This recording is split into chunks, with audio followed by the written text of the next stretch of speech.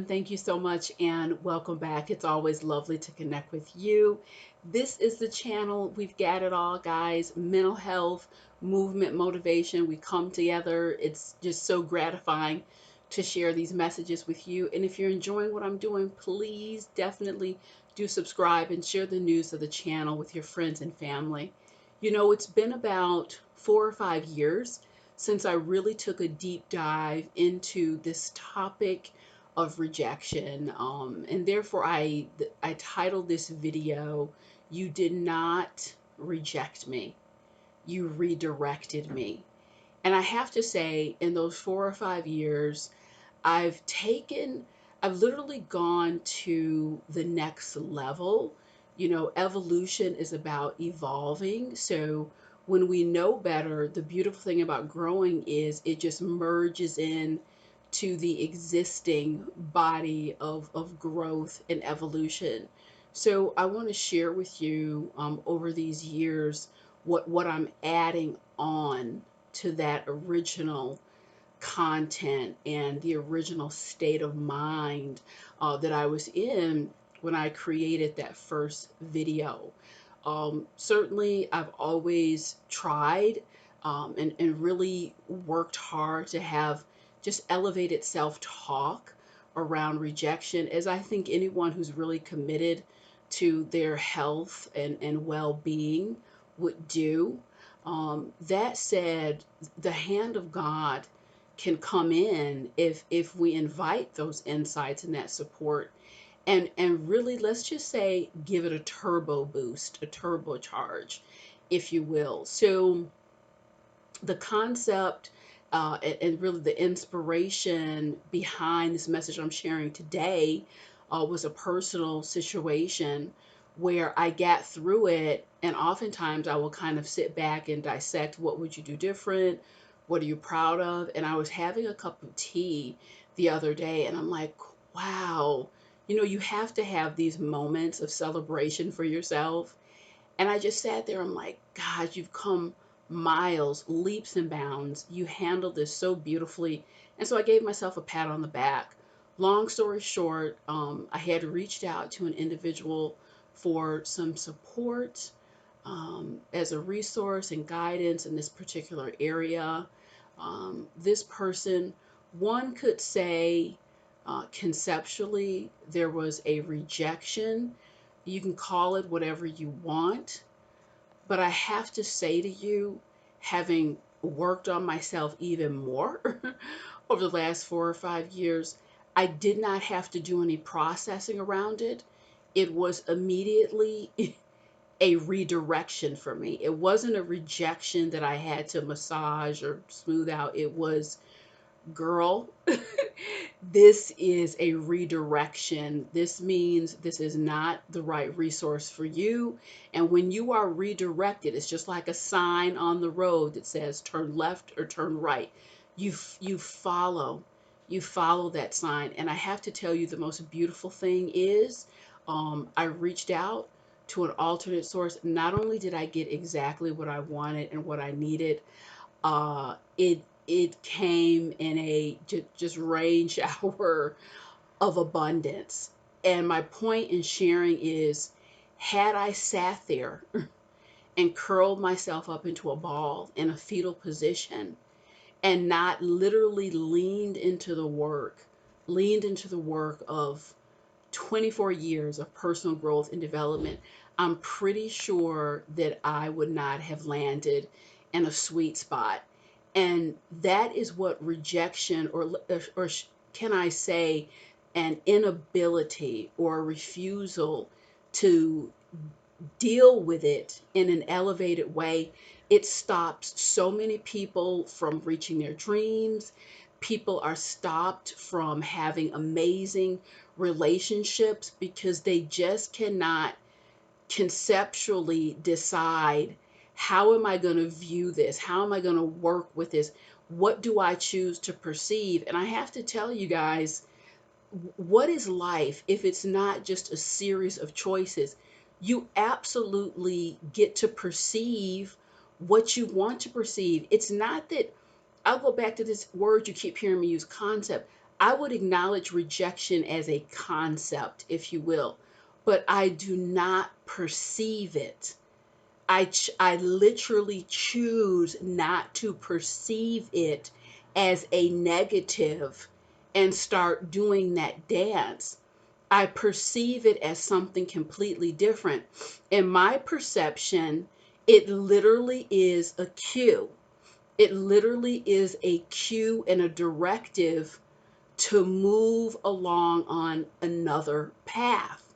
That's very different than sitting back. Wow, what's wrong with me? What happened here? I don't even go there. The first thought is thank you, God, for the clarification, clarifying moment, redirection. Let me double up. It's how I work in my business, it's how I operate in my personal life, spiritual life, across the board. And this decision on what to choose to perceive has done more for my life than I can possibly tell you.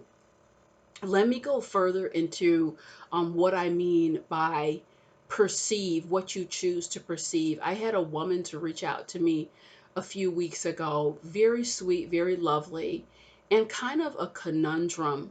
She said, Sheila, I don't understand. I care for this man. I have done everything possible. I've done acrobats, I've done backflips, and he just doesn't seem to get it. And she shared a little bit more with me, and I got a feel for what was going on. And in as nice of a way as I could, I told her, look, the issue is this man does not perceive you. And she kind of looked with a blank stare, and I said, you're in front of him, you're doing all of this stuff, but he does not perceive the value of what you're doing. He does not perceive what you're doing as worthy to translate into a special place in his life.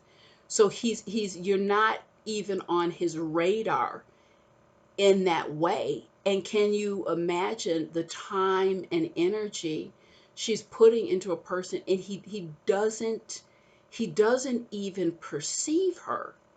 And because he doesn't have that perception, there's no translation, there's no romance building, there's no friendship building. You think about what you have taken into your spirit, what you have agreed what you have agreed to see and acknowledge. And that's really what it means when it says, oh, I perceive him, or I perceive that this is happening. So that's really the place to start. You get to choose what you let in. You literally get to choose what you believe. You get to choose what your perspectives are. And that is life itself. It truly is. People will rarely live out the technical definition of something. They will live out what they believe. They will live out what they tell themselves, how they define a situation. I'll give you a perfect example. I've had the privilege and honor to work with a lot of men and women, couples, as they're going through their divorce inside of a mediation process. And there are some blessed couples, God love everyone, but they will come and say, we want to go through this process. We want to go through this in an elevated way. And they are the families that put all harshness, bitterness, negativity, hurt, wounding aside, and they can come together, although this one's remarried, that one's remarried. They can meet at Disney World a couple years ago and make sure that their children have a vacation. It doesn't look like the traditional family vacation, but they were able to perceive that as a possibility. It was in the realm of possibility. So they were literally able to manifest it. And it all started out as a concept. When I explained to them, this can actually look however you want it to look.